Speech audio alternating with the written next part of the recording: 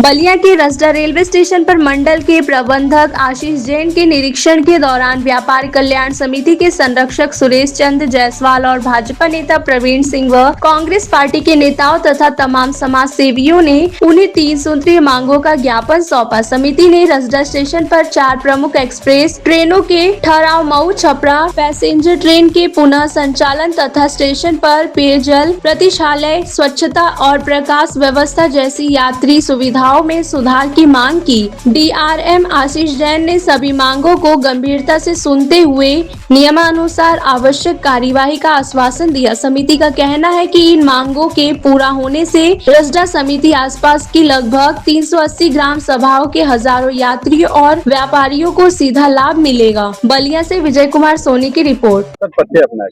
मैं प्रवीण सिंह, भारतीय जनता पार्टी का नेता हूँ रसडा विधानसभा का। आज रसडा रेलवे स्टेशन पर अधिकारियों का दौरा रहा, क्या कुछ?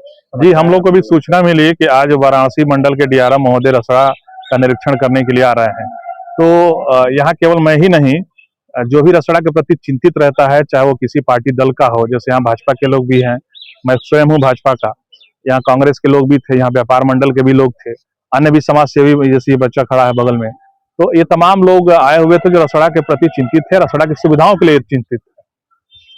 तो कहीं ना कहीं देखा गया कि तमाम ट्रेनों के रुकाव की यहाँ पे ठहरने की बात कही गई, जिसको लेकर उन्होंने असंतोष व्यक्त किया। ऐसा है कि आप ये जानते होंगे कि अब ये डीआरएम के क्षेत्र से बाहर है कि आप किसी ट्रेन का रुकाव वहाँ करा दो या ट्रेन को बढ़ा दो। हाँ, डीआरएम इतना कर सकते हैं कि इसको आगे और रेलवे बोर्ड को फॉरवर्ड कर सकते हैं। यहाँ सुविधाओं को लेकर बात करें तो तमाम गंदगी व्याप्त है और तमाम तरह की असुविधाएं हैं, सेट नहीं है, शौचालय नहीं है महिलाओं के लिए, उसको लेकर क्या बात? नहीं, इसके लिए अभी बात की है, चूंकि डीआरएम के हाथ में एक चीज है इंफ्रास्ट्रक्चर पे काम करना। उसके लिए हमने कहा कि यहाँ पे सेट की व्यवस्था प्रॉपर होनी चाहिए। यहाँ सुविधाओं, यात्रियों को रोकने के लिए प्रॉपर सेट नहीं है, बैठने की व्यवस्था नहीं है, वेटिंग रूम नहीं है, महिलाओं के लिए शौचालय की व्यवस्था नहीं है, आरओ जो यहाँ लगे हुए हैं पानी की व्यवस्था, उसमें पानी नहीं है, यहाँ रात को लाइट की व्यवस्था भी नहीं रहती है। सारी चीजें हम लोगों ने कहा और उन्होंने आश्वासन दिया कि इसको हम लोग देख के जांच करके उस पर कार्रवाई करेंगे जो उनके हाथ में है। देखा जाता है कि प्यारेलाल चौराहे से लेकर और यहाँ मंदा मोड़ तक काफी रेलवे के किनारे व्याप्त है, तमाम गंदगियां फैली है और खुले में मीट मांस की दुकानें भी संचालित होती रही, लेकिन डीआरएम के दौरे को मद्देनजर रखते हुए आज दुकानें हटा दी गई है, पुनः लग जाती है। इसको लेकर क्या कहेंगे? अब देखिए, इसके लिए तो रेलवे प्रशासन ही जिम्मेदार है ना। यहाँ का जो जीआरपी होगा, जो आरपीएफ होगा, वो जिम्मेदार होगा। अब वो किसी न किसी के सह पे ही लगता होगा। ये तो दुर्घटना को बहुत बड़ी दावत भी देता है। निश्चित रूप में किनारे, अगर रोड के किनारे दुकानें अतिक्रमण की हुई हैं, रोड का एरिया कम होता है तो वो दुर्घटना को दावत देता है।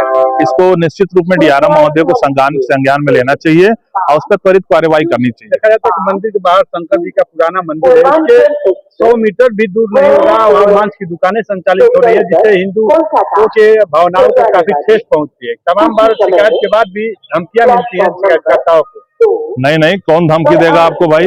ऐसा कोई नहीं है, ये गलत है। अगर मांस की दुकानें शिव मंदिर के करीब में है तो आपने आज संज्ञान में डाला, निश्चित रूप में ये गलत है। इसको मैं कोतवाल रसडा से बात करके और जो यहाँ के जीआरपी के जो इंचार्ज होंगे उनसे बात करके इसको हटवाया जाएगा। अपना परिचय बताएं। सुरेश चंद्र, संरक्षक संयुक्त व्यापार कल्याण समिति रसडा। आज आप रसडा रेलवे स्टेशन आए, आज अधिकारियों का दौरा है, आपने पत्र भी सौंपा, क्या क्या मांगे की गई आपकी तरफ?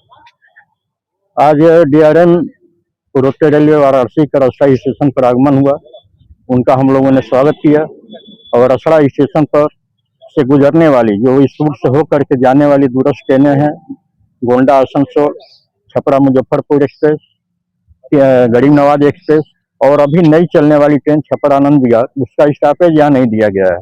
इनसे निवेदन किया गया कि अपने स्तर से 2 मिनट का यहाँ स्टॉपेज दिलाने के लिए कार्रवाई करें।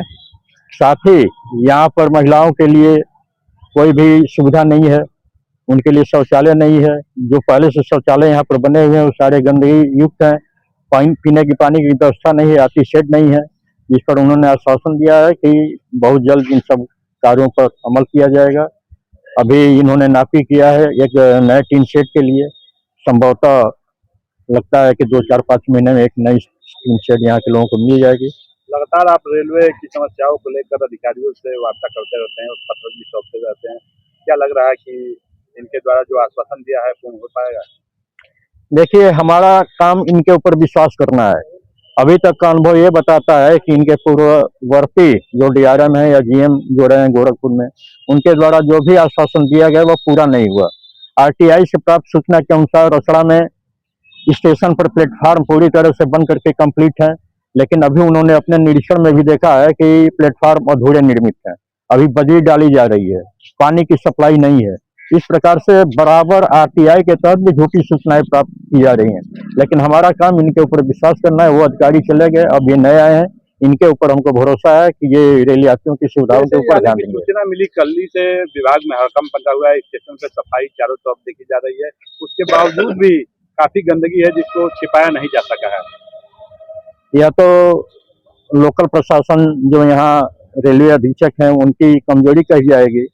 यहाँ पर कर्मचारी भी मुस्तैद नहीं है। अभी एक देखा गया सफाई कर्मी के रूप में बहुत ही अस्वस्थ व्यक्ति थे जिनका ड्यूटी सफाई के रूप में लगाया गया। उनको देख करके यही महसूस हुआ कि इनको तो खुद सफाई की जरूरत है, वो सफाई क्या करेंगे। एक आखिरी सवाल, स्टेशन के बाहर जो अवैध दुकानें लगती हैं, चाहे उधर शराब खाने के सामने तमाम लोग शराब पीते दिखाई देते हैं शाम के टाइम, और तमाम गंदगियां व्याप्त हैं, इसको लेकर क्या उन्होंने कुछ कहा? इसके संबंध में अभी आज अगर अवलोकन किया जाए तो सारी दुकानें यहाँ हटी हुई थी, और उन दुकानों के यहाँ लगने में कहीं ना कहीं जीआरपी हो या आरपीएफ हो या रेलवे स्टेशन की भूमिका संदिग्ध नजर आती है। क्योंकि आज वो सारी दुकानें हटी हुई पाई गई, हो सकता है कि इनके जाने के बाद फिर से वो दुकानें वहीं सुव्यवस्थित हो जाए, हो सकता है कि इंटरनल कोई मामला हो।